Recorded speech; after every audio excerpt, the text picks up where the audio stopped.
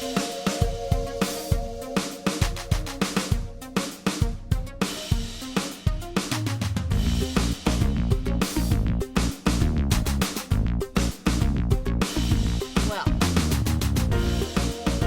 know how snide the internet can be. Sometimes a whole bunch of snide people will gather together and start a movement of snideness that will culminate in a Snyder Cut. And that is what we're talking about today. Nailed it. Can't go over it. Can't go under You must smash through it. Yeah, there you go. Hashtag the internet. Oh boy, did the internet smash through The it. internet went, we want it!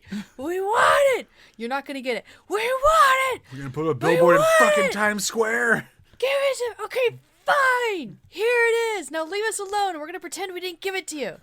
And then Warner Brothers, on their never-ending train of putting their foot in their mouth, went, "You're lucky COVID happened." No, it's like when we let Corn have his yogurt. We're like, fine, you can have that yogurt. You're not having any more yogurt. Yeah. No matter how much you ask for more yogurt. This is the yogurt you're getting. We're so glad we could complete your yogurt trilogy. There's supposed to be 5 movies, but okay. Yeah, but trilogy. Shh, trilogy. Anyhow, hi and welcome Behind the Hype. As always, Brian Dressel. With me, as always, is Chewy Darso, who just took a big swig of Hi. drink. Good timing. Jonathan Hardesty. Hello. And Matt Zombadog Dykes. Oh boy, here we are talking about a movie that I said I was never going to talk about. Both because I didn't think it was ever going to happen, and then I'm like, we don't do current movies Behind the Hype anymore, so why would I ever do an episode on Oh wait, we're going to do an entire month on Zack Snyder just so we can talk about Justice League. We're going to do it. Well, and it's been out over a month, so it's not current anymore. Yeah, exactly. Like, at least the internet isn't still screaming about it. And Warner Brothers isn't like, just close the fridge. There's no more yogurts in there. Yeah, Warner Brothers isn't like, no. Here, check out the new 4K. You remember the Joss Whedon version, right? Look, new 4K. Don't want it. Fuck Here's our off. Here's our crapberry yogurt in the fridge. That's been like 6 months old. It's more like, yeah, the fridge is closed, but do you want this yogurt that's been on the counter since last week? Yeah, we forgot I'm to put sure it it's away. still safe to eat. Last week, it's like the yogurt's been on the counter for a year. It's got sun. flies In the sun. and stuff crawling out of it. And like, no, it's still good. It's still good.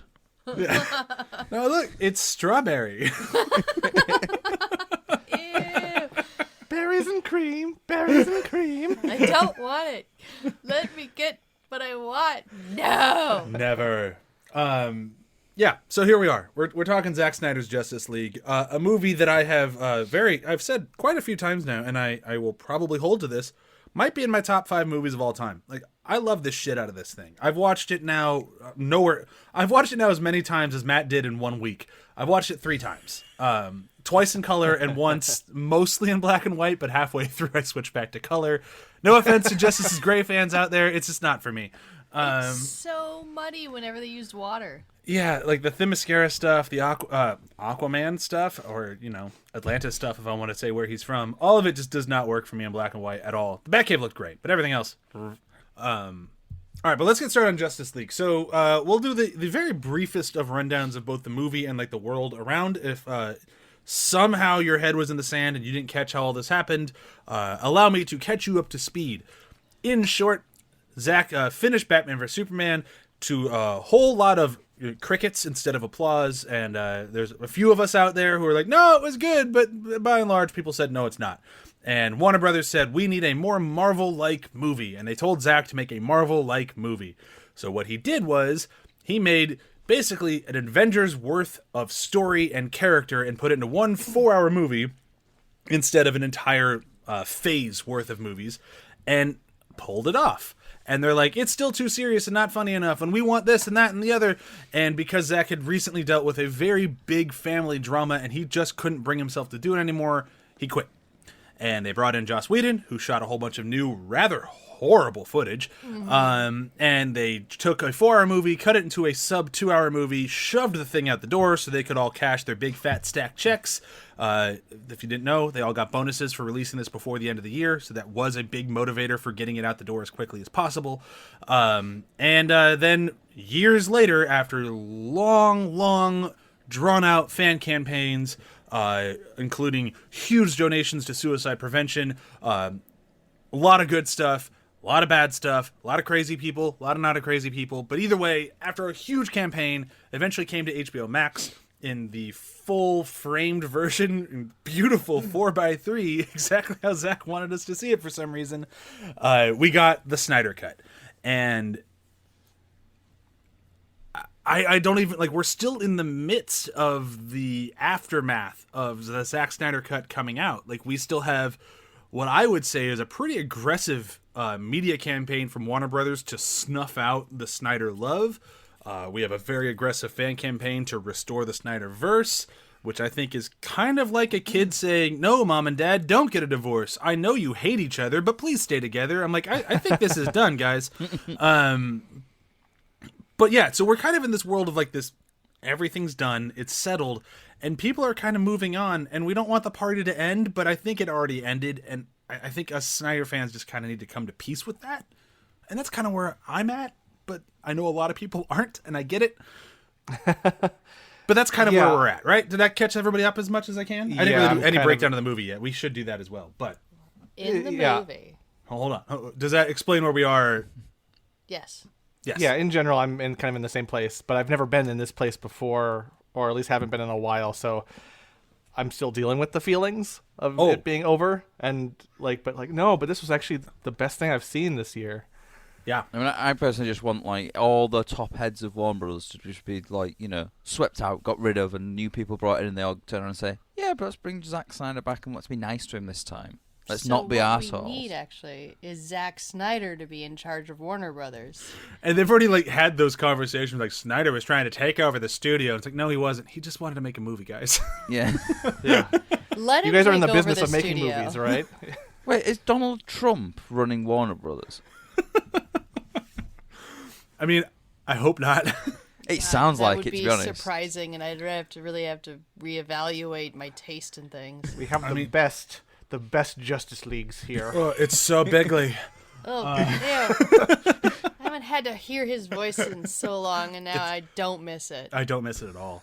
It's like, someone's throwing up in my ears. How is that possible? But yeah, very quick breakdown of the movie itself, and I will do this as quickly as I can, which I think I got it down. I've been practicing kind of all week.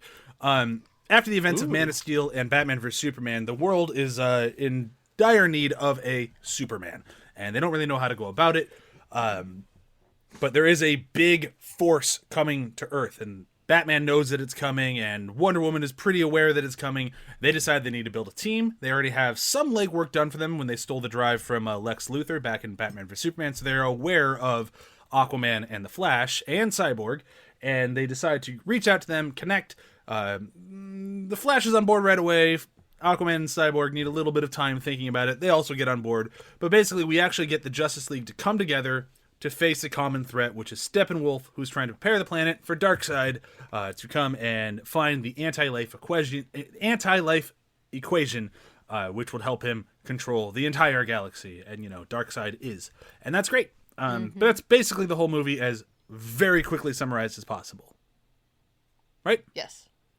I know I missed a shit ton of points, but that is the overall arc, right? About 3 hours worth. Yeah. I just did the Joss Whedon cut. Whoops. I know. I really don't want to talk about him too much more than we have to this week, because, fuck that guy. Which is so sad to say, fuck that guy. He used to be cool, man. But apparently, no, he wasn't ever, and he's just a fucking douchebag. Oh, yes. That's a whole different thing for a whole different time. I feel like that's kind of where I want to leave the Joss Whedon stuff, though, unless there's anything else we need to bring up. We already did an entire episode on the Joss Whedon cut. We were way nicer to it than we needed to be, just because Henry Cavill kind of carried the movie. And we wanted to be positive for DC. Yeah, and at the time, even though I was always like, they made it funnier. for the Marvel fans, and I'm okay with that, even though I never really was. Yeah, I do wish I could go back in time after seeing this cut, this Zack Snyder cut, and just be more harsh on the Joss cut. Yeah. I would like to bring up the fact that like this movie has had such a change from the Joss Whedon, like pivoting a little bit. Just I never expected to have my opinion on a movie completely change 100% from hate to love. Like I never expected that to happen, and I think that journey has been interesting for everyone involved in this whole process, viewer and production alike. Just how does that happen? This movie is a very weird experience for us.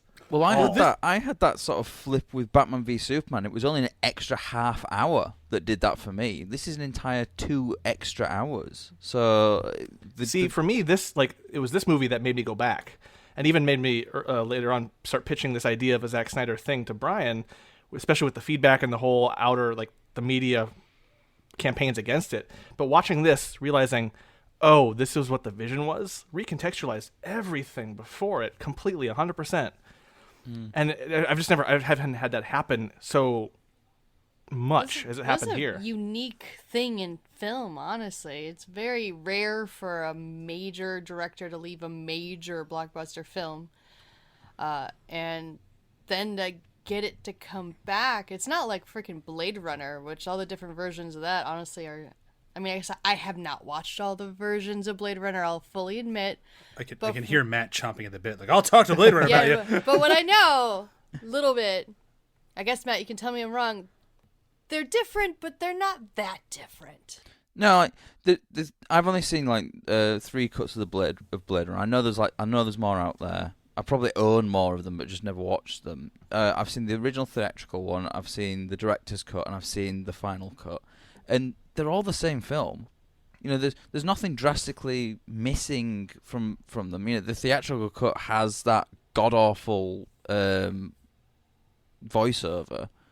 Right, but the main character doesn't change. No, the main character doesn't change. The main story doesn't change. Like none of it really sort of change. It's still the same basic story. You could watch the theatrical cut and have a conversation with someone who has just seen the final cut, for example, and you'd still be able to talk about vast majority of the same film, and you won't have much of it. Like, I don't know what you're talking about. I don't remember that bit in it because a lot of the story is there. Unless we can think of something later, so that this is an entirely unique situation in cinema.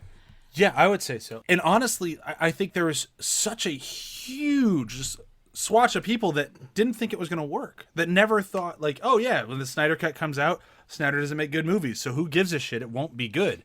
And this one in particular, compared to a lot of other movies, is proof of concept.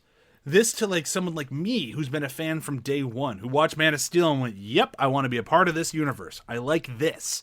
And I was on board for everything past that. For people like us, it's oh my God, my faith has been so rewarded here. This was everything I wanted. And then for somebody Vindication? yeah, and then I have some say people like John, or I have a few people at work who watch this and they're oh, now I get it. Nope, this makes sense. And then they go back and watch Batman vs Superman, the Ultimate Edition. They're yep, this tracks. I am into this. And it's unfortunate that it took this movie to come out to bring people there, but we're all on the same page now, which is awesome. Yeah, no, I still think about this scenario that happened and just how I got caught up in the hate, and even still I don't 100 I won't say I've completely turned to the Snyder side 100% because there's still things I have problems with throughout the filmography. But in general, John's just so scared. Yeah, it's really hard to just admit you're you're a fan. I will not admit I'm a fan of anything. God damn it. Because that's a weakness. No. But to have something so effectively turn my compass, I don't know.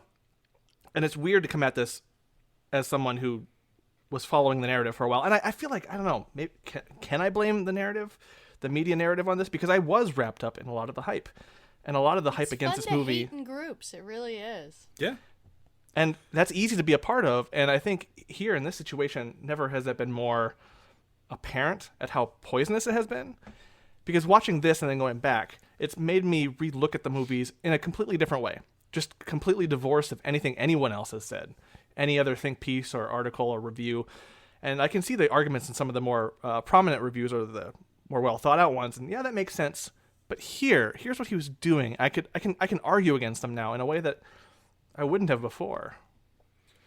I mean, I've seen some of the arguments against this film from people, and just thinking, no, you're just talking absolute crap. Because, like, in the same breath, they're sort of saying how Marvel films are more unique or something like that, and they're not like, and it was like saying that all the cheesy dialogue that's in the Joss Whedon one. Like, there's so much of it in the Zack Snyder one. I can't speak to that, but I didn't find any of the humour in the actual Snyder Cut. It doesn't feel like out of place. It doesn't feel like a shoehorned in joke. Whereas I imagine the Joss Whedon one, it just feels like shoehorned in jokes and things like that. It's very much the Whedon quippiness. Like, it's not like shoehorned. It's just... It's just, imagine if he's writing every character for Robert Downey Jr. to be able to get his very clever quips in. Like, it's not that they're bad jokes, it's that they don't fit in this universe. I'll say the one thing that does feel shoehorned in, if we're going to talk about shoehorns, the product placement in this movie is a little like, come on, guys. It doesn't bother me. Okay, he uses Gillette. I get it. The only one that bothers me is the "I'm rich, now check out this car" commercial. Well, that's not even a real car. I'm sure that car's CG. I hate the Under Armour symbol on Cyborg's jacket. Every time we go into his little brain computer place and he's wearing his varsity coat, I'm like, get that Under Armour out of here. I do. Oh man, I do Justin's spot paid that every time. It's like it's right center on the back every time. I do always think, oh, that's Under Armour. That. Exactly, it's working on you. That's the only thing that I don't really notice that in the Marvel movies. Sure. And oh my god! And I annoyed at it in this one. I bought some running shorts as well, and they're Under Armour. Oh my god, it's worked. Now, I do understand, like, and I don't want to veer us too far into the Jaws cut. I understand why they made the decision, and in a different context, those quips would have worked, and we saw them work for more or less in Avengers and Age of Ultron. His thing played well because it all meshed together and seemed to work. But given the two cuts now of Justice League, and seeing what Snyder was going for, and his humor, his sense of humor in his filmmaking that permeates his style, and it's just all part of it, all speaks together. It's just, it doesn't match, like you said, Brian. And that's the biggest sin that those jokes have. Not necessarily that they weren't good. I think in a Joss version of Justice League, had he done it from start to finish his own way, more or less would have all at least felt like it gelled together, even if we liked or didn't like it. This is just like, his jokes are like they played a tumbleweeds in silence because it's pushing up against the current of this thing Snyder was going for. It's kind of like going from watching a Daniel Craig Bond film and then going to a Roger Moore one. Or having them in the same movie, spliced. It just doesn't work. But suddenly Daniel Craig's dressed as a clown, and you're like, this is totally natural. Get out of the costumes. But it's just kind of unfair to talk about like the other version. I'm not going to say his name anymore as like the funny one when because Snyder's sense of humor, he doesn't flex it that often. Like, we've watched a lot of his movies over the past 5 weeks, and I can't really call any of them quote unquote like knee slappers. But when he has his jokes, he waits for the right moment for them, and then when they land, they're legitimately funny. Like, for me, my favorite joke throughout the entire movie is it was in one of the trailers forever ago, but it's with the conversation between Batman and Wonder Woman when they're talking about trying to recruit Aquaman. That joke is fucking great. Oh, so you talked to him. What did he say? He's going to help us? More or less. More or more or less? More or less. He said no. He said no. Like, it's just like...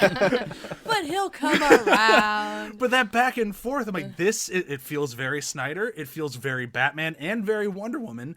And their chemistry worked. The scene worked. And it's legitimately funny. The joke that got me, when I, actually a laugh out loud moment, and each... seen it 3 times this week. Every time it gets a laugh out loud from me, and it's a proper laugh out loud. It's where Bruce is shaving, and he says, "If I had $1 for every possibly," and then you just hear Alfred in the background just go, "Yeah, it would make you even more insufferable." I just love that. Like, Alfred is the unsung, like, star of BVS and Justice League. His scene with Wonder Woman when she's trying to make tea and tea. she's not doing it right. I was just about to cite that as a favorite scene, and I was so delighted, and I have that response a lot, actually. Anytime Zack employed humor in this and wove it in a very organic way, I found myself smiling, just in general. Like, there's a lot of dark stuff in this. A lot of higher violence, bigger, darker themes. But when those jokes were hitting, I was just smiling. I think that's powerful. It's a little disarming at the same time, because it's not like the quibbiness of "he shall not be named." Mm-hmm. Thank you. Because a lot of times those feel like punchline moments where you're taken out a little moment. You're like, it's really funny. It has nothing to do with what's going on. All the funniness from Zack Snyder feels organic. Like, it feels like it's coming from that character. It's not coming from a writer's room. Like, it it's feels Wonder Woman real. literally going like, "Yeah, I know how to make tea, Alfred," and he's like, "Yeah, no, you don't. I'm British. I'm better." You might feels be real. thousands of years old. It has like that sort of something more they'll real actually thing say. of like Yeah. how people actually talk, not like, people don't just make quippy remarks. Like no human being talks like that all the time. Like, sometimes you will have a quippy remark, like, when someone says something, you have a quick comeback, but not through your entire life. So Yeah. like, I think like the humor in this feel like you were saying, it feels more organic and it feels more real. It feels just like everyday people. And I think that's what really helps with the characterization, and it makes them more three-dimensional, believable, realistic feeling characters. And that they're actually interacting. Well, they're not just yeah. around each other waiting to say something funny. So we're stepping up to the topic that I was initially going to start with this, but then we just started having a lovely conversation, so I didn't want to derail it. But now that we're here, I want to talk about how I don't want to turn this into a Marvel versus DC conversation, because this movie is so different than Marvel. Comparing them does both Marvel and DC a disservice. That's where I'm at with this now. Apples and oranges as well. They're both good, but they're different. Yeah, exactly. But there How was about apples and onions, because onions have layers. ooh, DC's an onion. Oh, look at you! Look at you trying to start a fight.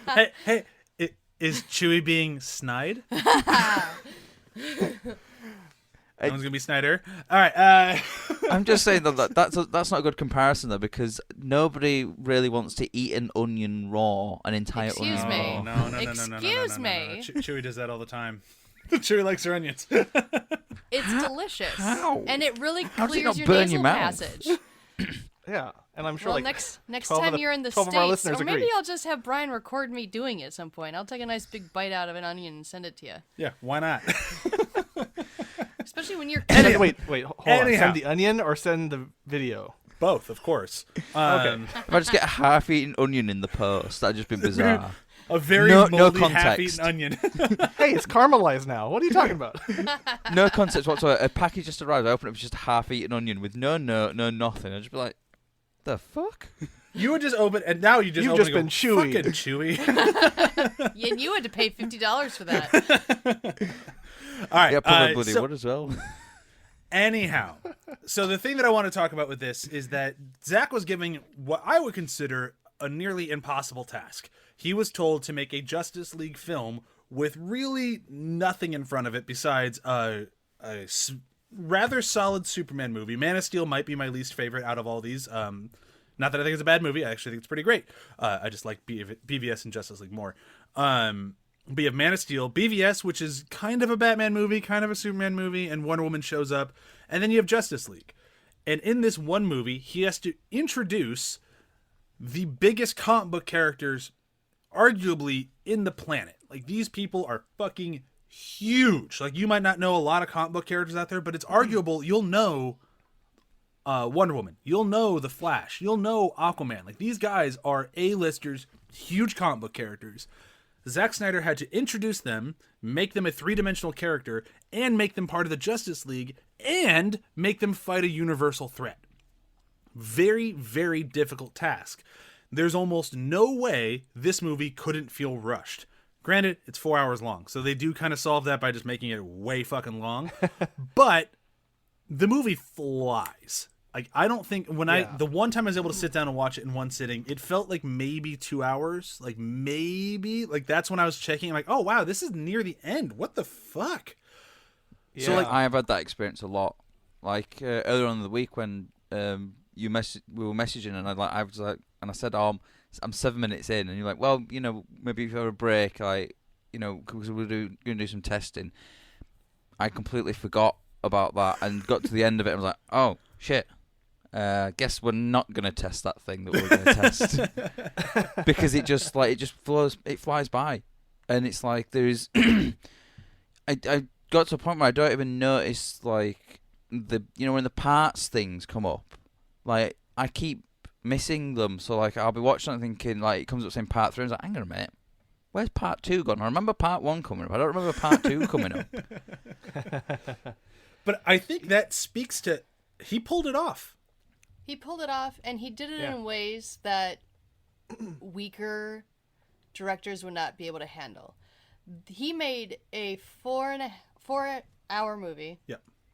And there's no montage in it. No. The closest thing you have to a montage is when Cyborg's listening to his dad on the recorder, and he's having kind of a montage of his abilities in the internets, where he watches clips from that one woman. That's the closest thing you have to a montage. I'm not sure if I'd classify it as a montage, but it'd be the closest thing. I'm saying that's the closest thing. Yeah. And I love that sequence. Weaker directors would have put at least 2 montages into this film. Yeah.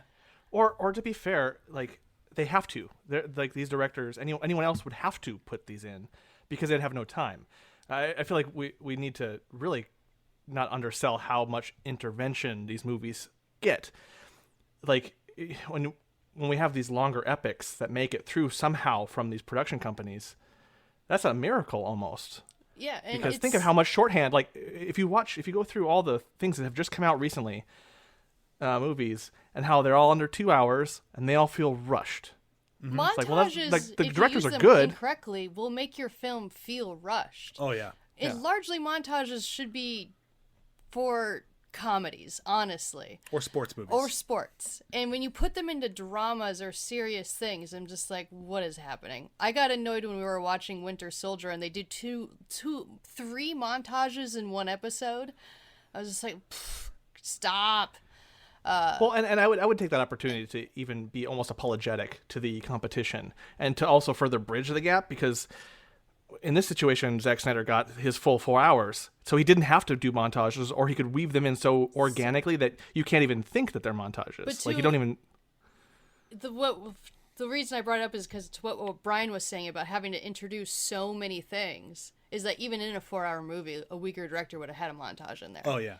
Yeah. But no, he doesn't waste a minute. Like there's not a minute wasted in this movie. So you have, say I don't know, say 10 minutes. It's probably not 10 minutes, but you have an introduction to the Flash where he's just applying for a job being a dog walker, and then he has a big moment where he gets to meet Iris.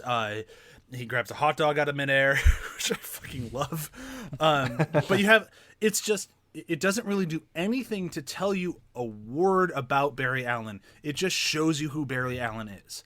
That could have been a montage of him saving people as the Flash. It could have been any other thing. But instead you get one scene where he saves one person, and you know so much about the character from that one instance. I would say that Zack has been able to become a master at vignettes. Yeah. Because each time you meet the new characters in this movie, you get a vignette. Mm-hmm. And it's beautiful, because each one also gets their own little song. Yeah. And it's so fun to listen to those songs, because when you listen to the verses, they're very specific to what's happening in any moment they're being used. And they're not popular pop songs. No, they are pop songs, but they're not. They're A, different versions of them, and B, not the most popular songs. I mean, I couldn't tell you where I've heard any of those songs outside of this movie. I recognize the Flash one. You did? Yeah, and I think the Aquaman one, but now I'm drawing a blank on what they are. So what do I know? But he has a mastery. Like he has a mastery of one. Yeah. The Icelandic, like where the people sing at the beach. Well, that's more for them than it is him. Yeah, I was talking about the Aquaman one when he's saving the guy in the boat. Yeah, when he's walking Yeah. away and it's talking about and the king is everything. Yeah. Oh yeah. Yeah. Well, see, that's another thing about this is that Zack has always been able to manage pop music in his movies in a way that they're not the most recent. They're also not the most well-known, but they are pop songs, but they fit. Like, I know the Owls Like a Hool one was a little on the nose, being from the band Owl City. However, so on the nose. Yeah, so on the nose. But, you know, that's his only, like, the only time it's ever been that on the nose is that movie. That's a good record. This, every song, down to the final song in the, what you could almost say is a montage, almost. That music, the choices are perfect. They're the right ones. Yeah. They communicate in the same exact way that just the scene, the vignette with the flash, the visual is telling the story, no words, and the music is telling the story. And so if you can allow those multiple elements to happen, if you can let them wash over you and kind of take it in and absorb what each one is together, like you have his character. And that's, like we've said, a lesser director who doesn't have the time to work with wouldn't be able to meld those so well that Zack did here. And then you've got the music score as well alongside it, God. which is just phenomenal. Like, I'm a huge like music score, like film music fan. Like, 99% of the music I have is film scores, and since I Nerd. got since I got this score, I've been listening to it pretty much on repeat. Like, in a month, I was telling Brian about this earlier. In a month, I've listened to the whole score 20 times, and it's about three and a bit hours of music as that, and it's just been on constant repeat. I mean, I've listened to a lot too, but nowhere. I haven't listened to I don't think I've listened to the whole thing beginning to end once. I've listened to the whole thing like in pieces, but not even once. And I love this score. You wouldn't be able to do it because Korn would stop you and be like, "What are you doing, Daddy?" Yeah, Wonder Woman. Yeah, after a while he just Wonder screamed, Woman. Wonder Woman, or well, sorry, it's Woman because he can't say Wonder Woman. It'd be Woman or Flash, and he's gonna yell them both at me until one of them plays. Because he likes those songs. Yeah, When Korn's a little bit older, you need to have him name all these comic book characters. So Woman, Man, Fast Man, Batman. I will say this: he can do that. He'll get them all. He'll just Wonder Woman will be Woman, but it'll be Woman, Superman, Batman, Flash, Aquaman. Like he'll get the rest. And then he'll be like, "Where is Green Lantern? where the purple guy? I forgot his name now. The purple guy, Thanos? No, the Yellow Lantern. Oh yeah, he loves Sinestro. He loves Sinestro. Be like, "Where's Sinestro?" Yeah, he likes Sinestro a lot, and Kilowog. Yeah. I mean, He's that's impressive. Sinestro, being able to say Sinestro as like a almost 3-year-old. Yeah, Well, I found him a little action figure, so it's, Yeah, but- it's helpful when you have the action but figures. still, he can say Sinestro, but woman. right. Because I mean, the TRO is really hard when you're younger, like especially R's. Yeah, no, he's got that like- down. He does not have his Wonder? parents' speech impairments. No. maybe he's trolling So- you. Inside, he's like going. I I mean, say that would it, be really. very much his sense of humor. So let's talk a little bit about the big man. Like, I got to talk a little bit about Superman. And in a movie called The Justice League, you'd assume that he'd be somebody that I'd save for the end, but he's not really in this movie. Like, he's kind of he's more of like he has to be here because it's a Justice League movie and because he's a major part of this 5-movie trilogy. That it'd be weird to not have him, but I think they use him as little as they possibly could. I think with Superman, he's not in it physically a lot, but his presence is. You Oh, have yeah, this for sure. feeling. So it's yeah. I sort of see what you mean. Like, they are using him as little as possible, but his presence is still there throughout the film, and it goes to what his dad is Russell Crowe's Jor-El. God, why was I blanking on his name then? Was saying in the in Man of Steel, like, you know, they'll follow you, they'll stumble, but then they will join you in the light. Those characters they're doing that. The rest of the characters are doing that. They're following him. They're stumbling a little bit, but then they do, join him at the end, kind of. But also, yeah, that, and how cool is it to have someone who's like Superman become a metaphor for grief, and to be like just and in such a way that honestly I wasn't ready for it, and I wasn't prepared to have that hit me so hard that it did in this movie. Like his absence, when you deal with grief, you deal with that sort of thing.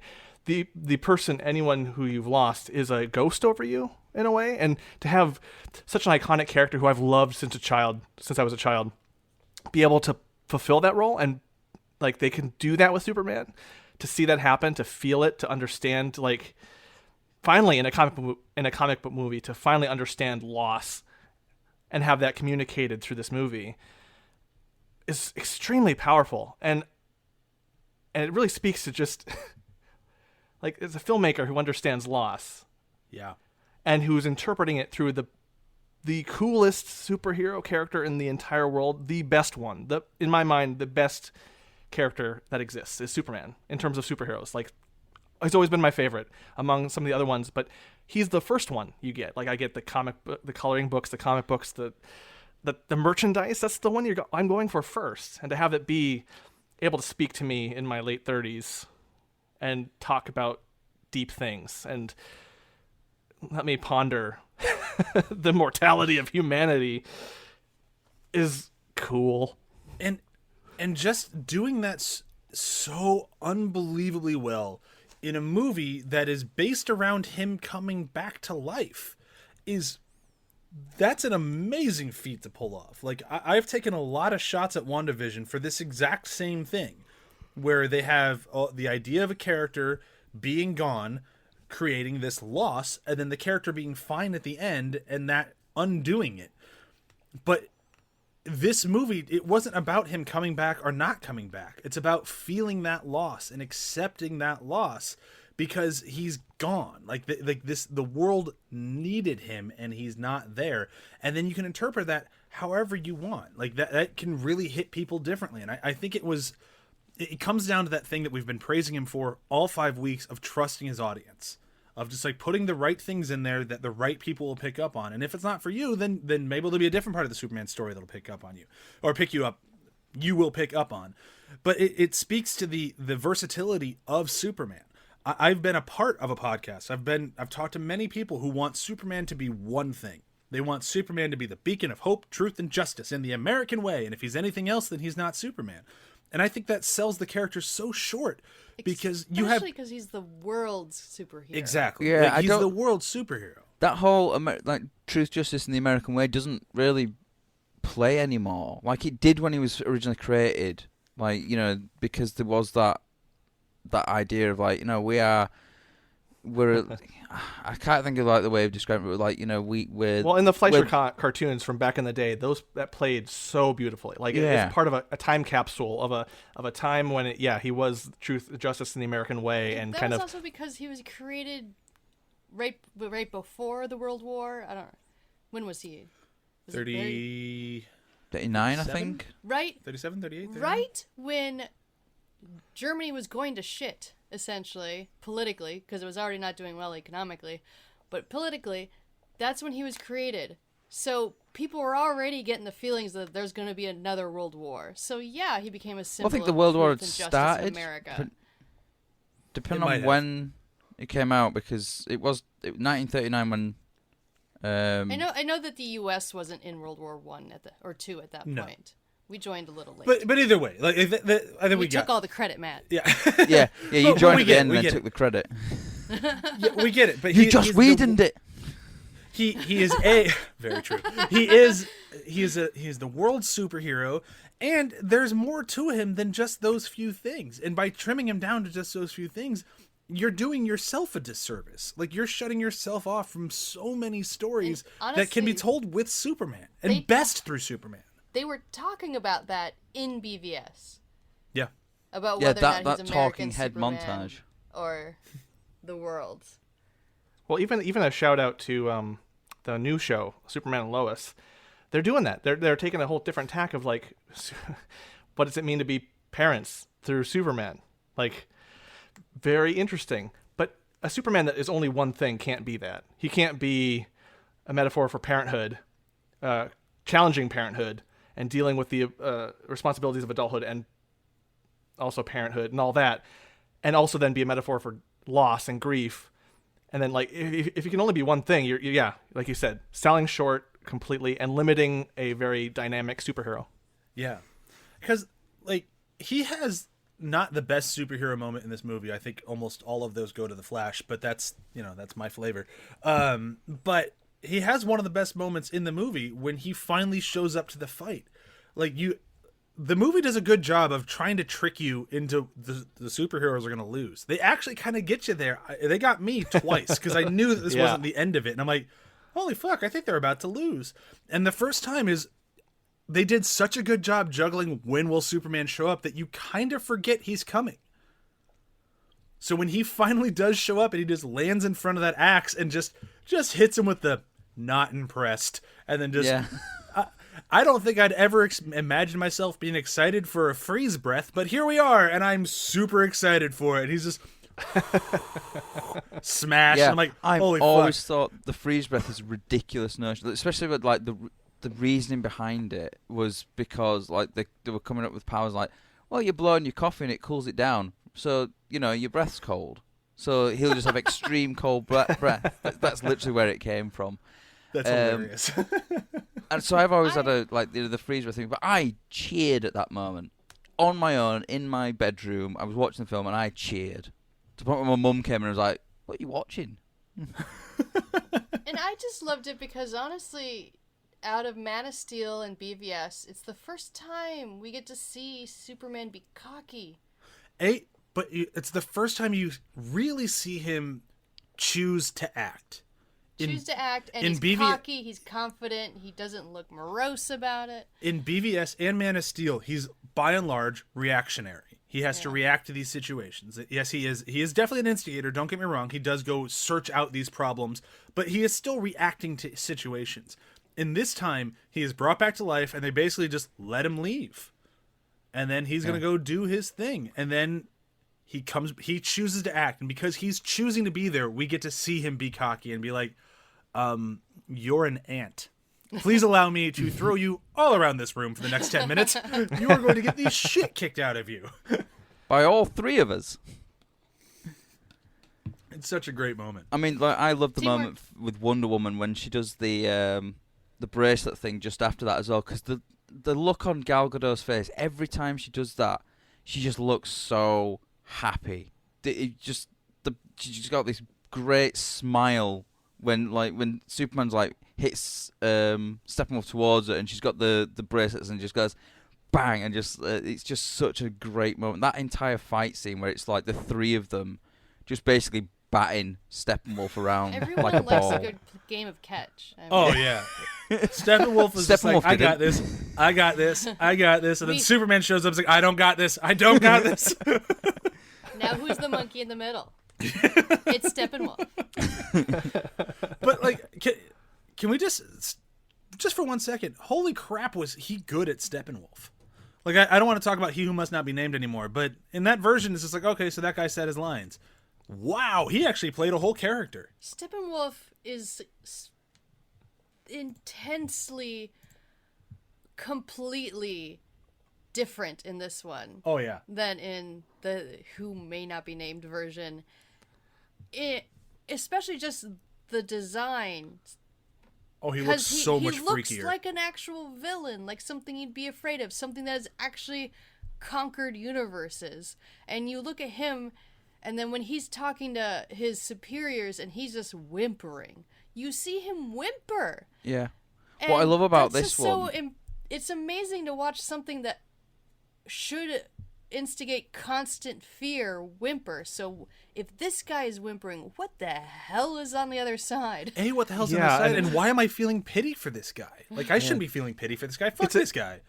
Yeah, it's a scale thing that I've always had a complaint with comics where this next character, this next villain is powerful because of course he is. It's the kind of like, well, we have to put you against something more powerful, and then you're more powerful, and then like there's a scale problem in a lot of comic book superhero movies.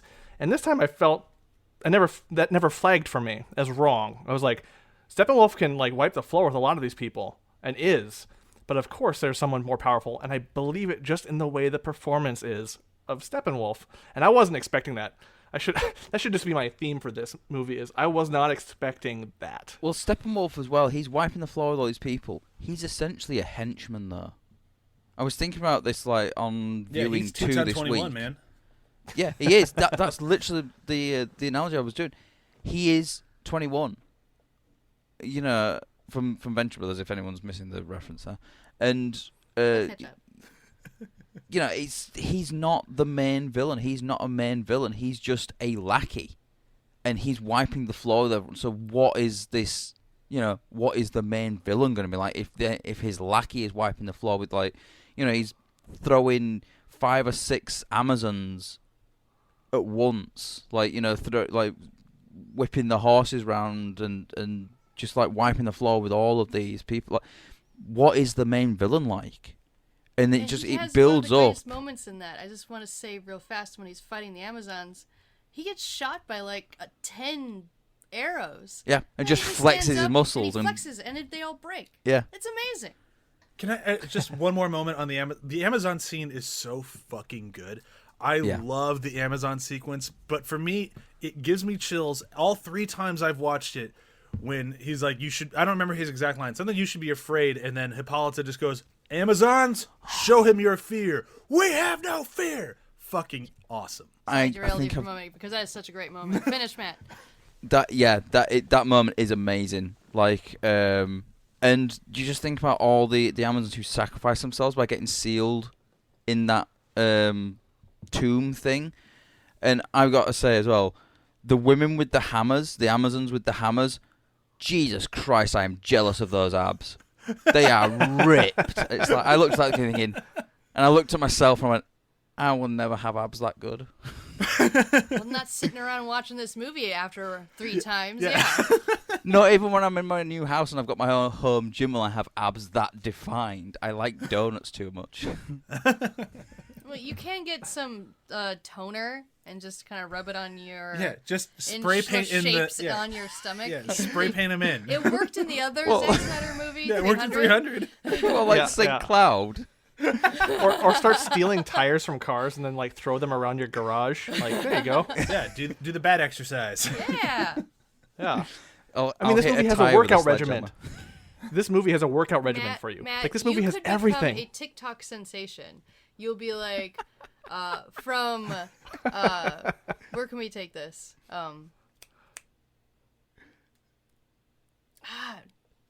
Simon Pegg. You're talking to an old. From Simon Pegg to Bruce Wayne. Amazon. Henry Cavill. Oh, yeah, from Simon Pegg to Gal Gadot. That's gonna be your like tag for your workout videos on TikTok, and we're gonna see your progress. Sorry, Simon Pegg. I'm thinking of you like early on, not like right now. You have beefed up a bit. Yeah, from Peg to Godot. Yeah. Oh, I like it. Oh. Let's jump a little bit into Arthur Curry. We haven't talked a lot of Aquaman, and it's a little bit.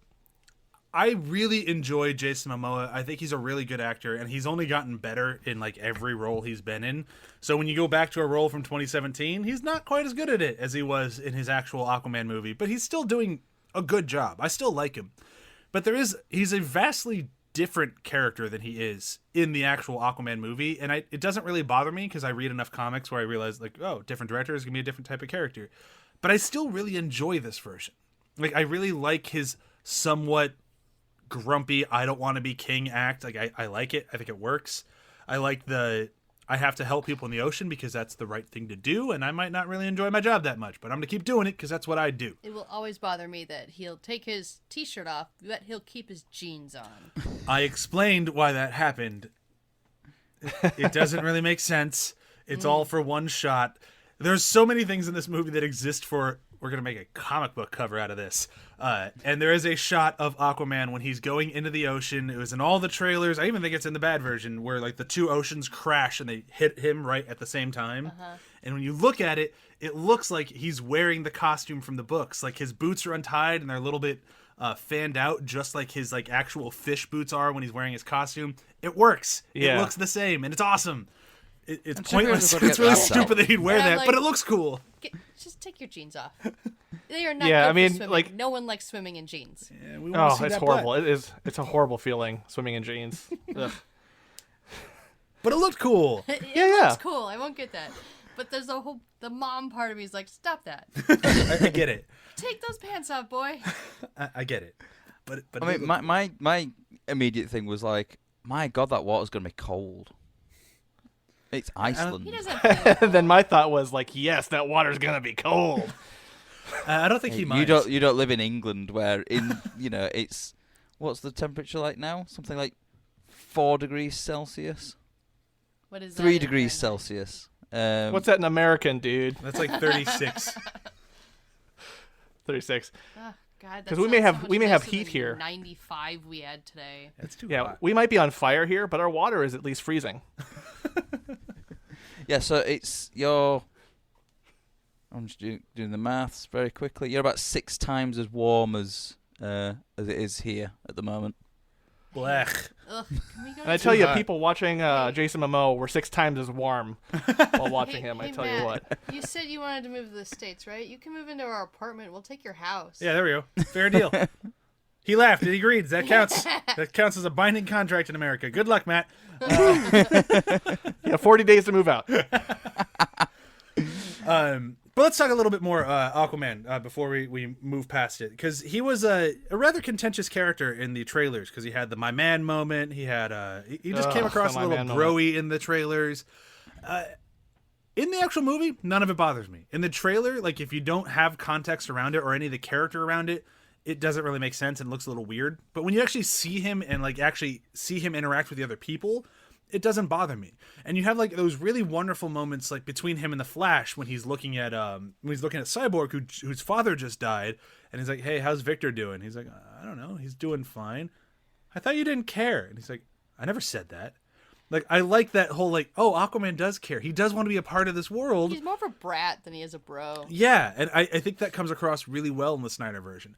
But I really appreciate like the reluctance to emotion that Jason Momoa pulled off in this, because I think that was something that was I didn't expect from the Aquaman character watching a Justice League film. The reluctance to being a king I always expect from Aquaman, but the reluctance to let himself feel something was something new here. And I really think Jason Momoa, even though he's still not, I think he's a better actor today than he was then, did a great job. Yeah, one of the complaints, even with some that I read about this after the fact, was still that there wasn't much of him and he didn't do much emoting. And to that, I could only just say what you just said, that like, he doesn't have to have a huge amount of screen time. He's making choices in this movie, and he's a hard nut to crack as a character, and that's the point of him in this. And you watch a lot of people try to crack that nut. From Mira, right? And then Willem Dafoe, or Fish Dafoe, them try to get to him, and having those scenes, having all this together in the context of a bunch of broken gods trying to come together, it works because it works in context. Like he doesn't have to do a whole lot. He doesn't have to have huge moments, because his moments that he has are significant. And they still communicate what he's about. And you still get his arc and what to expect for Aquaman movie from this. Yeah. Even if it's not exactly lining up. By the end of the movie, by the end of Justice League, you're like, this guy has a story he needs to go deal with. Like he has an arc that he still needs to take. And Mara needs to get a new dye job. Yeah, she needs to get her hair Right. like fire engine red. Like, you don't need to characterize him that much out of this. Even though he's a lesser of of all the bunch, Snyder got the mileage out of him that no one else could. Yeah. Yeah, just like the Flash. Like the Flash, I think he could have been in the movie more or less. I think you really could go either way. But I think it's just kind of the same thing with Aquaman. I think he was in it the right amount. And the Flash has a little bit more to do in this one, because we get to see his dad. We get to see like a little bit more of like what his life is shaping up to be. But like, the Flash gets something that Aquaman doesn't in this, and that's probably why he's my favorite character in the movie. It's because the Flash gets legit comic book moments. Like full blown, I feel like I just read this in a book yesterday, comic book moments. And like you have the huge one at the end of the movie, but then you also have like a little one when they do like the first attack at the silo, and all of the rubble is about to fall down on all the people that he just got out of that thing, and you just get this, oh shit, and he just, like a cloud of the Flash appears above all the people who have all the rubble about to start on him, and you just get like little flashes of him just like either him like mid running or dodging or grabbing something, but it's like little lightning flashes, and then it's over, and it's like, holy shit, that was awesome. And then he misses one, and Cyborg gets it. It's a very comic book thing. Like, it just felt straight out of a comic book. It's like, oh wow, that was so cool. And it That's also one of did the things like that we need it to showed talk super about. speed at like us our normal speed as well. Like a lot of these things, like it does it in this one where it goes into slow motion as well, so you can see what's going on. But they also did show the super speed at the sort of like the speed that he moves, so you have that context of when it's in slow motion. This is how fast he's moving. Yeah. It worked really well. It's super effective. We need to talk about the cyborg of it all. Yeah, I was kind of saving Cyborg for last because he is definitely the heart of the movie. He's the heart of the movie. He has some of the most...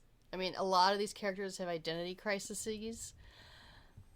Cyborg has one of the harshest. Yeah. Mm-hmm. Because He he didn't, considers himself a monster. yeah, you he know. didn't really get to choose what happened to him. I mean, none of them really got to choose, but at least the majority of them, except for the Flash, were born the way they are. Yeah. And they can all take off their costumes and that's it.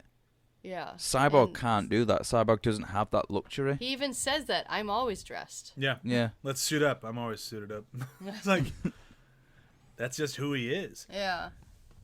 Yeah, no, and god damn, what a talent Ray Fisher is. Yeah. Like, holy Yeah. Oh shit. yes. Oh. Because you get the full arc. You start with the thing of him calling himself a monster when you first meet him. And then at the end, he tells off the mother boxes going, I'm not broken. That scene has gotten me to tear up every time. Like, I'm not sobbing or anything, but I get misty every time when I'm not broken. And I'm not And I'm alone. not alone. It's just like, oh, my emotions. It's such a great It's moment. like, oh my god, character development.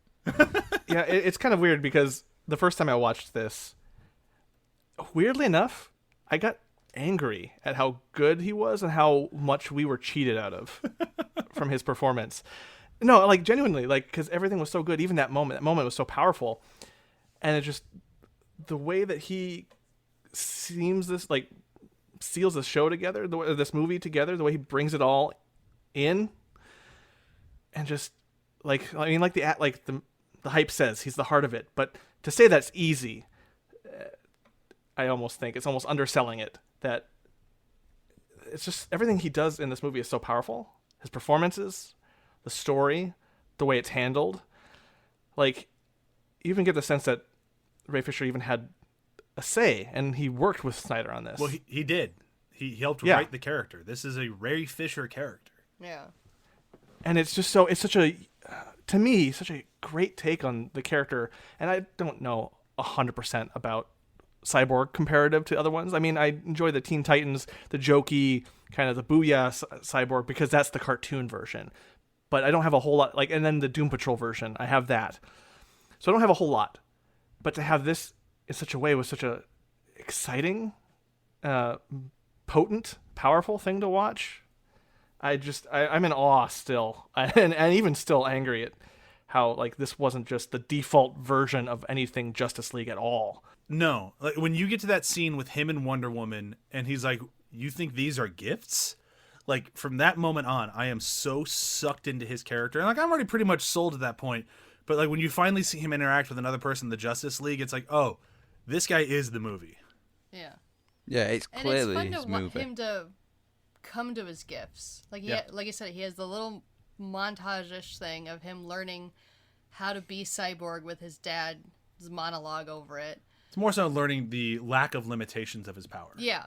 But then I think one of the moments where he's starting to really become attuned to who he is and realize that they are gifts is honestly when he meets Batman's ship.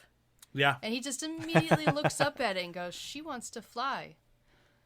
It's her nature. It's her name. Yeah. And it's such a cute, like, both that and when he, fixes it and you're like, oh, look, she flies now. And it's like, that's what she was meant for. And, like, it's like he's learning that he can have a relationship with technology, and no one else can have that the way he does. Oh yeah, but that scene does double duty because he can have a relationship with technology and people.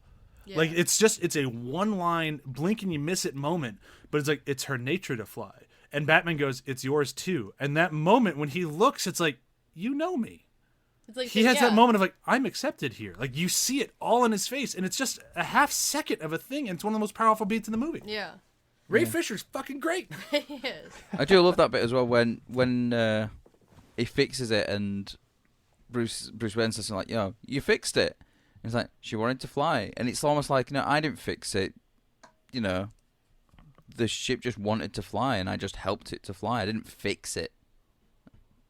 Yeah, it didn't need fixing. It just needed a push. Yeah. It kind of foreshadows the whole "I'm not broken" thing. I'm misunderstood.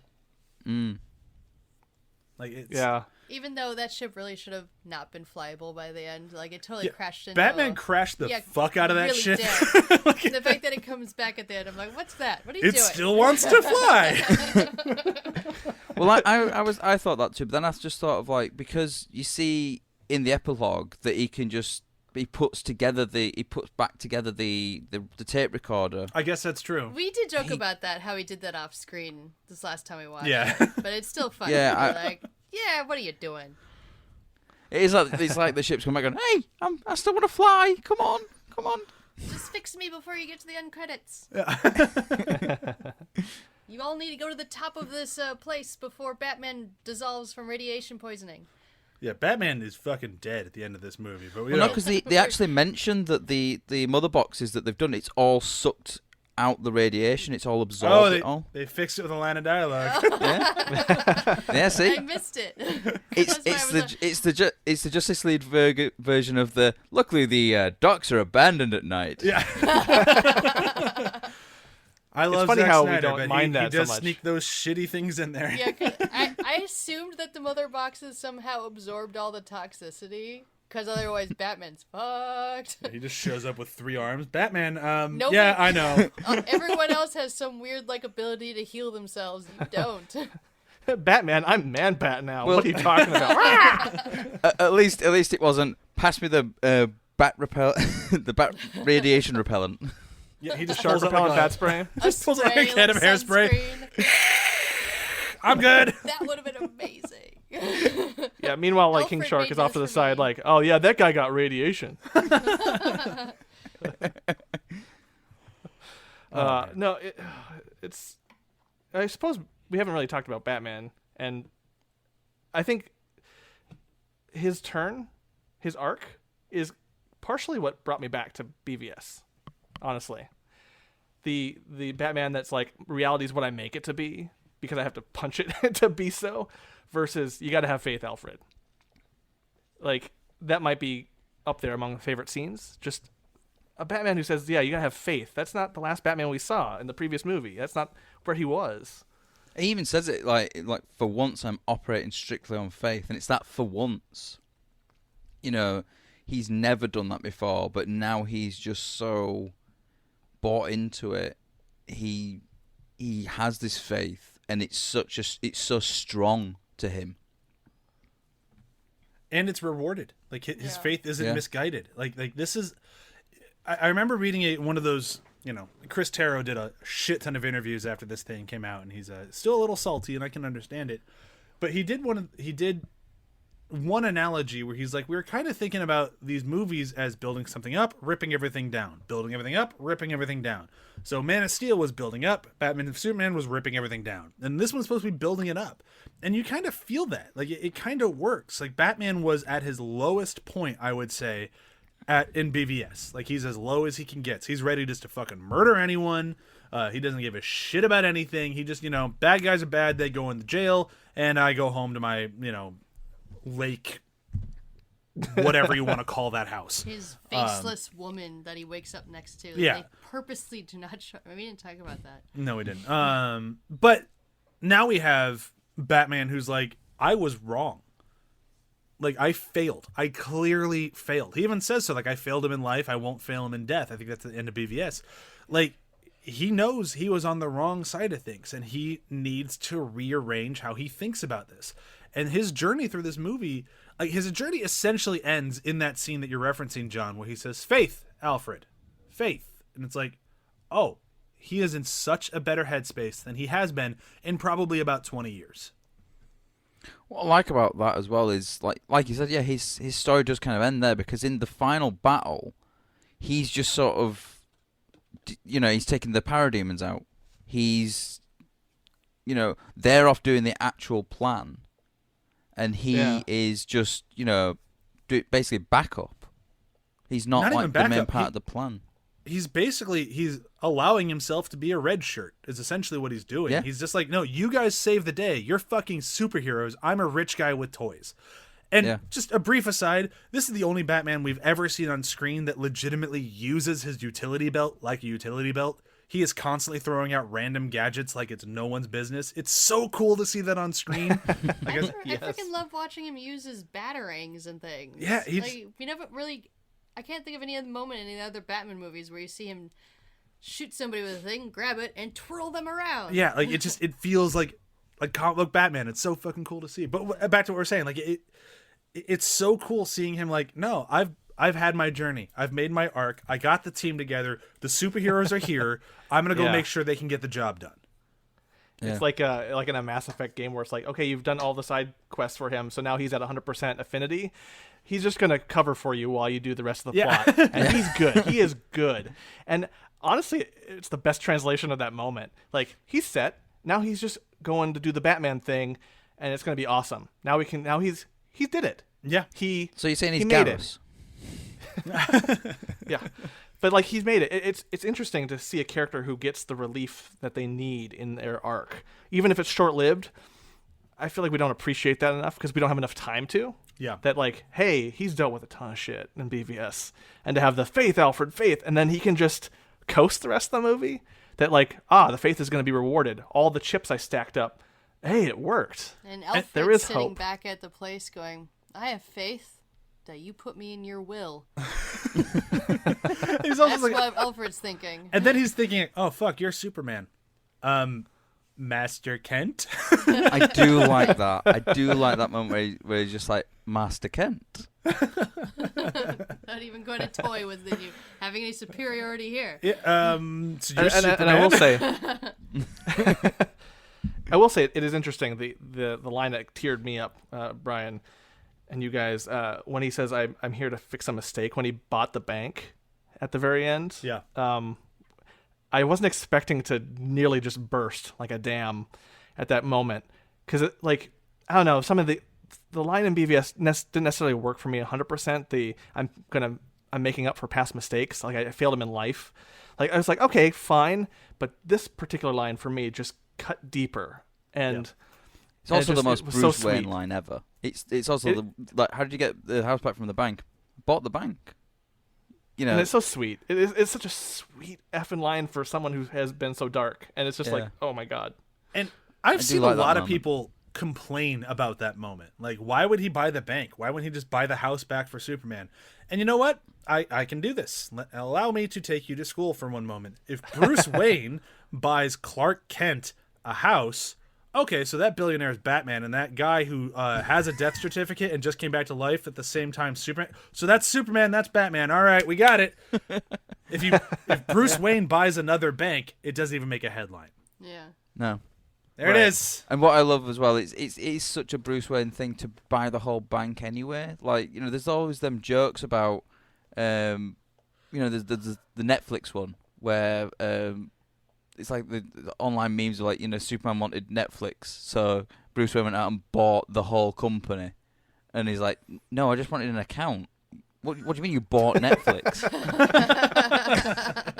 I have not seen that. That's pretty funny. I have not seen that, but it's an interesting callback too to even the Nolan Dark Knight, where he's like, "Oh, this restaurant? Yeah, no, I bought it." Yeah. Like, it's like to have that kind of carry through from a different movie franchise to this one, and to have it done in such a much more characterizing way that's actually story driven and weirdly sweet too. Just, I don't know, like, I loved it. It's a great moment. We got to talk Wonder Woman at least a little bit. Like, we've just been kind of mentioning her in passing, but we actually spent time in everybody else. If we skip Wonder Woman, then that's just fucking rude. Wonder Woman in this movie, it really does just kind of feel like a continuation of the Wonder Woman in BVS. And I know the actual film came out in between the two things. It's still obviously the same character. It's still obviously Gal Gadot bringing her wonderfulness to Wonder Woman. But this does feel more like just a continuation of the BVS version of her. Like, there's just slight differences. She still has the love over anger, you know, like always wanting to help people. Like, she's still in the right place at the right time. But the Patty Jenkins version of her isn't nearly as aggressive as the Zack Snyder version of her. And I really like the aggressive one, because I like that this is a very feminine character who is just kicking ass and taking names. And until Superman shows up in the last 5 minutes of the very last battle, she is the muscle. Yeah. Like, undeniably, like, she is the one who's leading the charge. If you need something killed, she is the thing going to kill it. The thing that's going to kill it. She takes out the entire terrorist organization in her first vignette on her own, no problem. Guy's firing an automatic weapon 10 feet in front of people. She blocks every single bullet, smashes her wrists together, and throws them out the fucking side of a wall. Like, she is awesome. Like, a sight to behold in every sequence she's in. She also dodges a bullet without even focusing on the shooting. She's focused on the bomb, and a bullet comes towards her, and she just sort of like goes out the way without even looking at it. Yeah, just kind of leans out of the way. Yeah. Like, they do such a good job showcasing, like, Wonder Woman is a fucking powerhouse. And then, on top of all that, so you get this... in a lot of action movies, when you have the character who is the muscle, you don't give them sweet moments as well. Like, that's not something that's really done. And this movie did it so unbelievably well in the scene that has the whole terrorist stuff, and the wall gets blown out, and then she's done, and everyone's dead. And this is when every other action movie and every other comic book movie would end.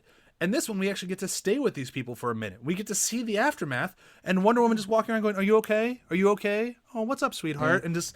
the girl's like, "I want to be like you." And she's like, "You can be anything you want to be." It's just a nice moment. And I appreciate it so much because we don't get those in movies anymore. It would have been great if we got to see the girl skipping away going, "I'm going to be a man smasher, mommy." Mom, I'm going to be a murderer. Yeah. That's the thing I was thinking. It's like... She's just watched her like murder a lot of people, and then the murderer's gone, "You can be whatever you want to be." It's like, you know, cut to 20 years later, and she's like some sort of assassin or something. Yes! Right, yeah. Wonder Woman is my inspiration. Woman is my inspiration. I am woman. Yeah, no, but to that end, Brian, just the fact that they stay on the scene a little bit longer, just a little bit longer. I don't know, people like to dog on things that, like, this scene should have ended, and previous versions did just end. But to have a breathing moment where the hero has a heroic attitude, and to prove that, like, heroism isn't always ending man against wall with awesome powers. It's also, like, encouragement, helping in the aftermath. It was a good moment. And especially since it's contrasted against the last time we saw something like this, it was Superman fleeing from a bomb in the Capitol. And it's like, it's a very interesting juxtaposition to have that and this so close together. That whole scene in London as well is the most realistic scene I've ever seen in a comic book, in any sort of comic book film ever, purely because of the sky. That sky, you do not see a single shade of blue. That is realism. That is England. It's dark grey clouds. That's England. I really want to be in England right now. It does sound nice, doesn't it? It sounds so nice. Like a nice warm blanket in the sky. It's not warm. It's definitely not warm. Nice comforting blanket in the sky. I will shield you from the radiation of the sun. I don't think that's how it works. That's how I'm thinking of it right now, as I'm using a comic book currently, a Superman comic book, to fan my face. It's a really good Superman comic book.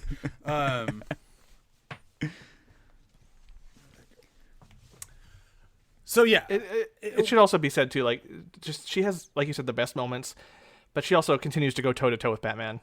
And I think a fun scene that we should mention, just because it's so fun, is her disarming of all his security to get to him In a few seconds. And even though it's a throwaway line in other movies that would be almost sinful in terms of how bad it would sound, you buy it, yeah. and you're like, yeah, it's like, oh, Batman, you silly goose, you like, you can't stop Wonder Woman. She is super old, but also super tech savvy. Like, dude, you got nothing. I think That's why any other film as well. I enjoy that sequence because it's Batman fully disarmed, like even more so than when he's with Alfred. because Yeah. when he's with Alfred, he still has a little bit of machismo, a little bit of expectation. With Wonder Woman, he's not blasé, but he's comfortable. Like he's definitely a man who's comfortable around a woman that he can trust and he respects, and he knows she could kick his ass whenever she felt like it. Oh yes. And Batman he's not like Brock Sampson, who suddenly is lusting after her endlessly. He's just She's not Molotov cockteased. Yeah. I'm Right. more so referring to what's her name? Oh, I know who you Fake mean. Wonder Woman with the chariot and stuff. Oriana. Oh yeah. Yeah. Warriana. Oriana. But it's just so fun to see Batman be completely relaxed around someone he has utter respect and admiration for, because you don't really see that with him with any other character. No, like really no other character What? movie besides Superman. Do you see that level? With Superman, he has a guilt at the same time as adoration. I don't see that at the end of the movie, but No, before that, yeah. Before that. Yeah. But yeah, like the Well, the and whole- how do you see that? Like, yeah, how do you? I mean, you haven't really seen this in other movies. Like, this is kind of unique to this movie. A camaraderie, a peer. Like, they see each other as he's comfortable around her. He's comfortable that she's more powerful than he is. Like you said, it's just that's treated as normal and okay. And like, Yeah.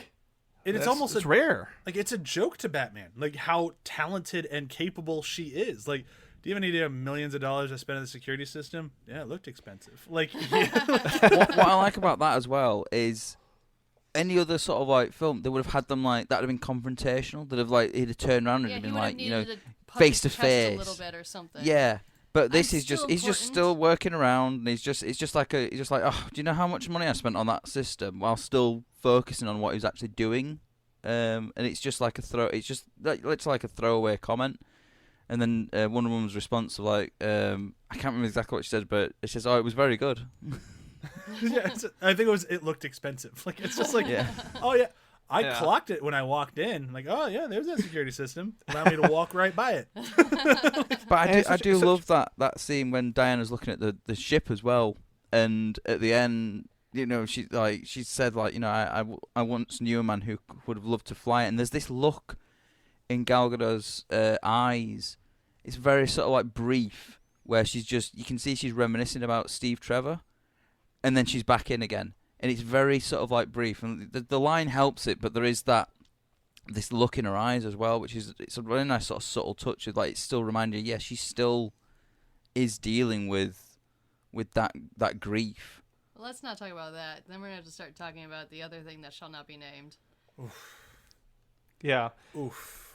But, I if you haven't treat this like a seen that, continuation of BVS, then it makes sense. Like, if you just kind of cut out the middle stuff, it's like, yeah, she has lost someone, and you don't have to go much further than that. Like, you don't even have to explore the other unnamables, because you get it. Her acting is so good that you understand that she's led by loss. It's a part of her. She wears it. That's her costume. Like, all these characters, their costume in one way, shape, or form is loss, and like the whole broken gods thing. Like, she can encapsulate that so well. She can seem so like otherworldly, and yet have such human emotion. Like, it's easily my favorite. Like, I gotta stop saying that, because I'm saying everyone is my favorite in this goddamn movie, but at a certain point, they're all just up there number one. Yeah. Even her, like especially her. They all have their moments where they're the best, and that's really what, like, going all the way back at when we started this episode, what I was talking about. Zack nailed it. He pulled off exactly what Warner Brothers wanted him to pull off. Make it feel like everyone's the star of the show. He did it. And everyone did such a good job with it. I'm still kind of surprised by it. There is something that I feel that we do have to talk about before we wrap up. And I know I said I was going to try to wrap up when we got to the timestamp we're currently at, but we didn't get here organically, so we got to spend at least a few minutes on it. As much as I love this movie, I will acknowledge that there are a lot of people out there who don't. They really don't like it. And there's one thing that makes a lot of people just hate it. And I disagree with them. I think it works phenomenally. It's actually one of my favorite things in the movie. The nightmare sequence at the end. The whole movie's over. It's done. And then Zack Snyder went out and shot a whole bunch of new footage because he's Zack Snyder and that's what he's going to do. And almost all that footage is in the very, very end of the movie where you see... I'm guessing this is supposed to be in Justice League 2 or 3. I'm not sure how far down the road it was supposed to be. But Darkseid has won. Darkseid has used the anti-life equation. Superman has succumbed to it after Lois Lane has died. We're presuming that is Batman's fault based on what Zack Snyder said about what those movies are supposed to be and the few clues we get. But we get this crazy sequence between the Joker, Batman, Deathstroke, Mara, Cyborg. The Flash is there. I really like this scene. It's so comic booky. It's so bananas. I think it works great. It's one of those. I was nervous about this scene. Like, have anyone who hates it? I'm like, have you never? Like, this has been done in other movies, and definitely in lots of other comic books where you do a flash forward you have no context for. It's giving you a flavor of things to come. Yeah. And it's not. I mean, it's not a left field, but. It's cinematic. It's cinematic as hell. It's for me the only thing, but it's also not at a left field. Yeah, it's not at a left field. Just in terms of if you understand what has gone on so far with Bruce and his arc is not. He's not free from his struggle. Even though his arc was done, he still has the worry, the paranoia, the concern, like all that loss he's dealt with. It hasn't like completely magically gone away. You're still going to be paranoid, and you're still going to, even if the vision doesn't come true.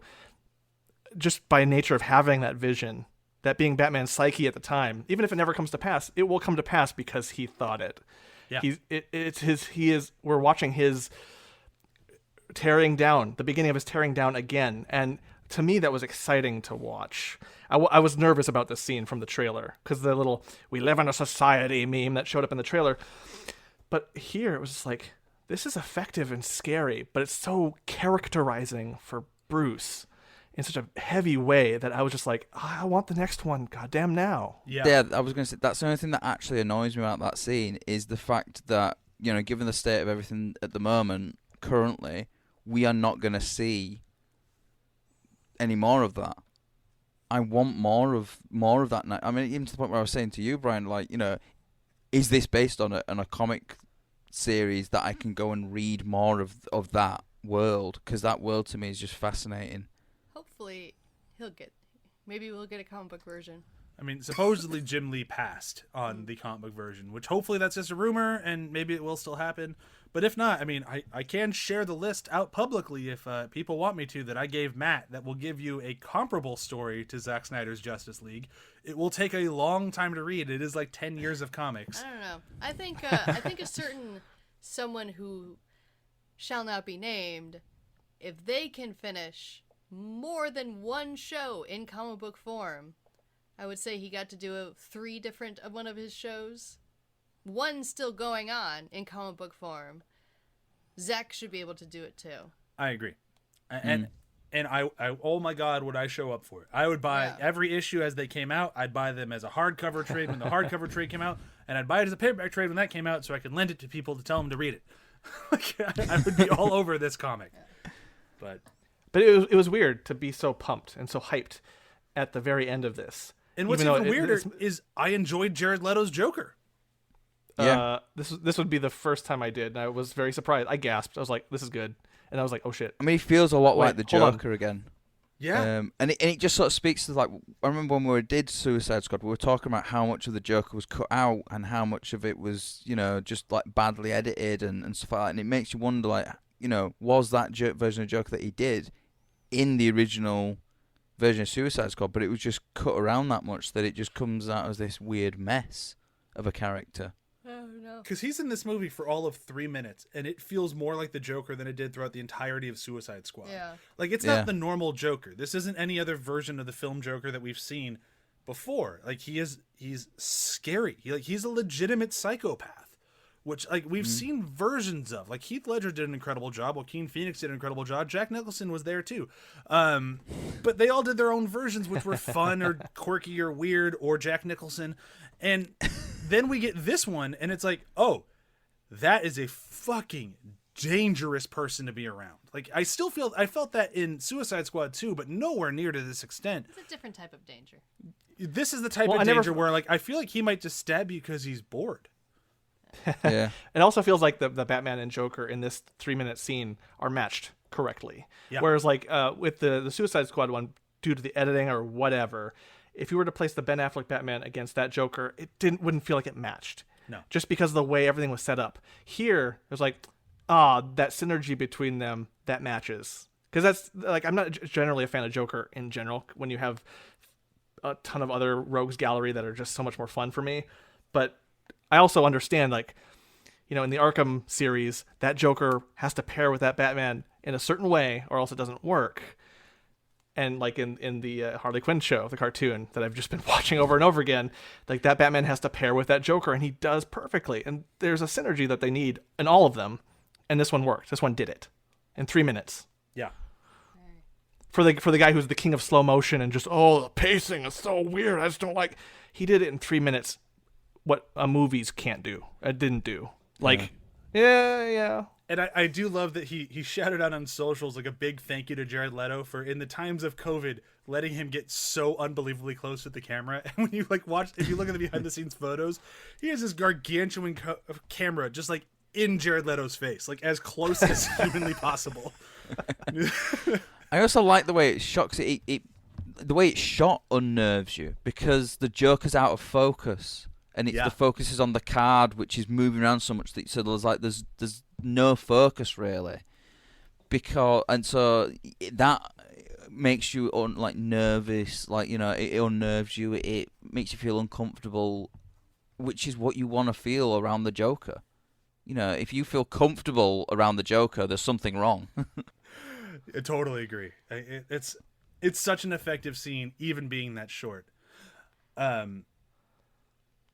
I think that's about all I can really say is if I don't want to hate life editing. I think we got to start wrapping this thing up, which is unfortunate because I have so much more I can talk about. Yeah. I mean, there's one very quick thing that I do want to bring up. It's like I made a little bit of when I was doing notes, I did a list of talking points as well. And, like, one of the ones that we've not touched on was just the fact that in that final battle, every single member of the Justice League plays a part in the victory, even.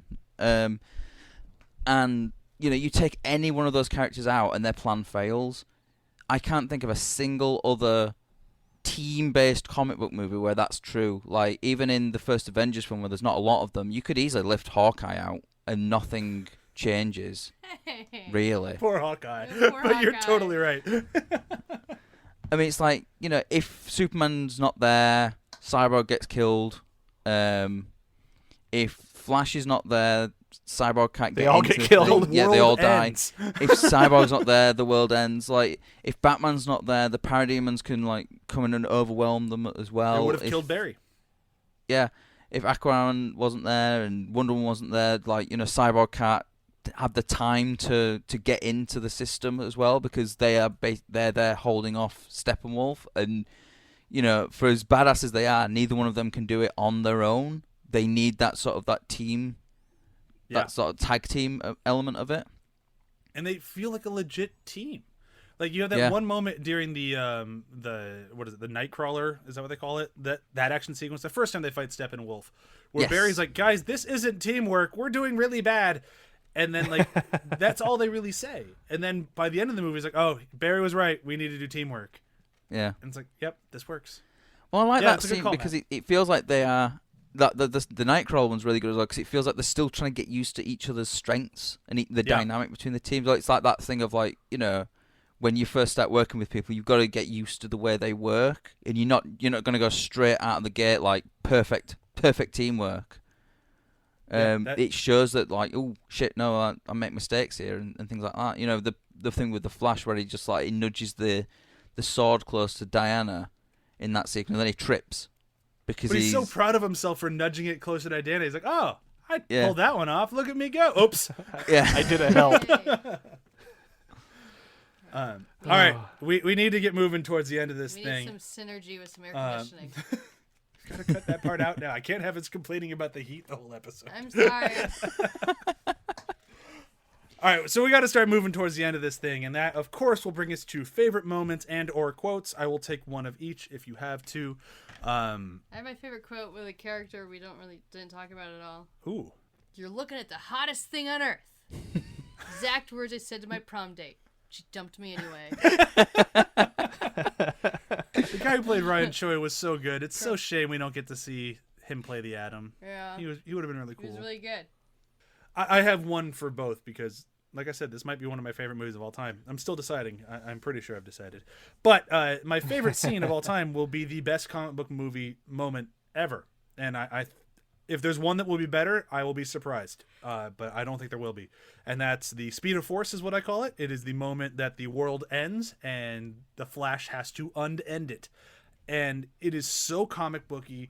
Ezra Miller nails every line he has to say during it. The music swell is incredible. It's so unbelievably good. The special effects are good. I tear up every time I watch it. I've watched it so many times. Like, I watch that scene just randomly because it's just so good. As someone who's been a DC Comics fan for the majority of my life, and you know that in every crisis, a Flash dies. This isn't a crisis, and luckily no Flash died. But whenever you have those moments, the Flash is the linchpin. You don't beat the big bad without the Flash. That's the case in so many DC stories. And this movie pulled it off. And it felt organic. It felt real. And everything about the scene works so well that, like, your hair will stand on end. You will stand up and just, like, jaw dropped, like, this is the most amazing thing I've ever seen. And it's so unbelievably great. And I will never, ever forgive Warner Brothers for cutting it out of the first edition of this. Because apparently it was the first scene to go because nobody liked it at Warner Brothers. Fuck you, Warner Brothers. You were dead wrong on that one. You get a big fart noise. Absolutely. Absolutely. Get a fart noise that lasts 4 hours. As far as a favorite line goes, I've already said it, and I'm going to stick with it. And it has to be that line from the trailer because it just cracks me up every time with the more or more or less. More or less. He said no. He said no. It's so good. I swear as well that like Diana as well just goes okay after that as well, and I just love that. It's like okay. Diana's always like, I should have gone. I should have done it. Oh, Well, it's like what Alfred makes a very good point. You know, maybe a man who broods in a cage for a living isn't cut out to be a recruiter. Matt, what about you? Scene and quote. There's so many scenes. Like I could easily go with the one you mentioned with Flash turning back time. That music is incredible, but you know, so that's up there for me. But another one of mine is where Cyborg is learning his powers basically, and you have that amazing sequence of him walking into this sort of like this digital representation of a bank. And just the design of that place where you just see these floating piles of money and it represents the amount of money that each people has in their bank account. And he goes up to this very thin, the smallest one there, and all of a sudden starts seeing clips from the person who owns this bank account, like from her life and her struggling to buy, you know, I think it's like formula or something. Food, yeah. Like there's food and things like that. Then like she's been evicted. She's crying, but then she's also giving money to a homeless guy, and she's trying to put on this really brave face for her kids, and it's just so heartbreaking. And then he grabs the pile of money and expands it out, and you just see her reaction as well, that nearly moves me to tears. Her reaction of like, when she sees she's just got all of a sudden has $100,000 in her account. It's a beautiful scene, and then it's capped off with this with Cyborg turn around and walks away, and then this couple walk past him and sort of like recoil away, and it's almost that thing of like, oh, and then he's still in that thing of like, yeah, I am a monster as well. It's such a perfect scene, and the music again in there is amazing. The music throughout is incredible. It really is. Junkie XL fucking crushed it. Yeah, it's so difficult to choose one quote as well because there's just so many great ones. I think I'm gonna go with it's the bit where Alfred and Bruce are talking about bringing Superman back, and Alfred says, "How do you know your team's strong? How do you know your team's strong enough? If you can't bring down the charging bull, you don't wave the red cape at it." And Bruce Wayne just goes, "You do when it's this red cape. This red cape charges back." And I just love that description of Superman. That's so cool. Nice. It is. For me, we didn't talk about the character too much, but Lois Lane, the scene where the fake Martha can't tries to convince her to continue living her life was particularly resonant with me. And I almost had to pause it, that particular scene. And to some extent, the revelation that it wasn't Martha Kent is like, that to me was like probably the one blight in the movie that like, oh, cool character, but don't undersell their scene. Because the scene itself was extremely powerful and very affecting. And then just what I mentioned earlier for the quote, I'm fixing a mistake. Those two moments just hit me emotionally in so many different ways that I can't help but kind of elevate those two, for me, the best and favorite moments of this movie. And they are wonderful moments. But that's why I'm so sure this is in my top 5 favorite movies of all time, because there's a lot of good moments. So much good in it. Like the guy didn't really spend any time talking about my complaints in the movie because they don't fucking matter. They're so few and far between. It's like, fuck it, this movie's great. Yeah, I mean, like the quotes as well, like the type of thing that you've got. Some of the lines are just so great, and like we'll talk about the humor of it. It doesn't feel quippy as well, and it's like you got things in it where Flash is like, "You have a satellite," and Bruce Wayne's just like, "I have 6," and it's just like a throwaway comment of like, but that is so Bruce Wayne. Like, he's so his character. It actually seems like a small number to me, honestly. Yeah, I mean, this is the Justice League. You're all going to live in one of those satellites at some point. So I think we've done about as much as we can for today. And that means we got to say goodbye. Got to say goodbye to Zack Snyder, which is going to be a little sad. It's usually when I would do a wrap-up of what have we learned, but this was a very long episode, so I think we covered it. Yeah. So I think we're going to move into plugs, and then we're going to say goodbye. We might be saying goodbye to Chewie first, though. She's like 3 feet away from the microphone, like walking away. I'm tired, and I'm hot and thirsty. All right, so very quick round of plugs, and then we'll say goodbye. Be sure for this show and every other show on the ATH Network to check out athpod.com. 2 of our shows are taking a bit of a hiatus. This one, after this episode, and Binge Buddies will be taking off the month of May, but we will be back in June with a who, what, when, where, and we either... why or podcast in the shadows. Still have not decided on that title yet. And then I don't know what the next month at BTH will be, but we'll announce it before we start recording it. We have a few that we're thinking about. Jackie Chan's name has been thrown around a few times, and I'm kind of excited about that one. It might be that one. Who knows? And I may show up for some of those Shanghai episodes. John, what you plugging? Demon Days, as always, still on our bi-weekly schedule, and we're leading toward a fairly big battle coming up, and some interesting lore elements. And as always, Brian, you're doing a kick-ass job as the narrator. Oh, thank you. And I'm excited to listen to those, even though I'm putting them in like the evening before the episode is due. Like, I'm not working ahead. No. But they're always a delight. I feel like I have another combat coming up soon, which will be good. Yeah. I do love yelling combat in a bullywug voice. Matt, do you have anything really quick to plug? I've gone back and started re-listening to the Venture Bros podcast. Binge Brothers season 1 as it is now on the feed. And I've been really enjoying that, actually. It's like it's making me want to go back and rewatch Venture Brothers again, which is not surprising. But yeah, it's been really nice, just like listening through them. Before I came on and ruined it all by being a British asshole. Thanks a lot, you British asshole. Yeah, I know. It's You disgusting, British isn't it? boy. But yeah, I've been flying through them, to be honest. I'm partway through season 2 in like a week or something. So I've just been listening to walking them to and from work, and some of those early episodes are like short, and it's like I think when they got longer was when I came on board. Not sure if there's a correlation there. Yeah, it's almost like we have this rambling British guy who joined our show. No. Matt, you But- should do one podcast trying to do an American accent. See how well it No, goes. I've heard his American accent. You don't want to hear it. It's No, it's they're always horrifying. amazing. I I don't know what you're talking about. My American accent. accent is flawless. Was that it? No. Oh, It's like everyone's just trying to do John Wayne. that is usually. No, that. that's now then, Pilgrim. That was still British John Wayne. I guess I'd learned today what that sounds like. Okay, thank you everyone so much for listening. We will see you in June. Bye. Bye. Bye.